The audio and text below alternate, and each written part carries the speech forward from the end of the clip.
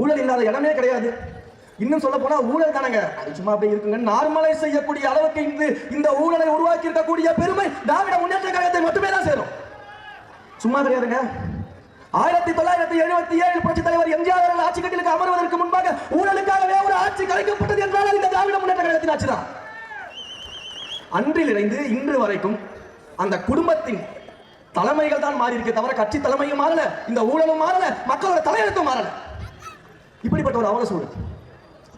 இந்த நிறைய கடைகள்லாம் கேள்விப்பட்டிருக்கீங்களா, தலைமுறையாக ஜவுளி கடை வச்சிருக்காங்க, பாத்திர கடை வச்சிருக்காங்க. அந்த மாதிரி தலைமுறையாக ஒரு குடும்பம் ஊழல் செய்வதற்காகவே ஒரு கட்சியை நடத்தி கொண்டிருக்கிறது திமுக.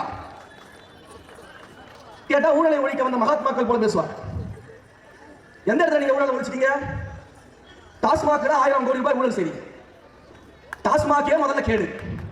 இன்றைக்கு ஒவ்வொரு குடும்பத்தின் பிள்ளைகளையும் இளைஞர்களையும் தாய்மார்களையும் தந்தைமார்களையும் காக்க வேண்டிய அரசு அந்த குடும்பத்தின் இளைஞர்களையும் தந்தைகளையும் டாஸ்மாக் கடை வாசலில் படுக்க வைத்துக் கொண்டு என்ன எல்லாரும் அப்பான்னு கூப்பிடுங்க அப்படின்னா கோபம் வருமா வராதா?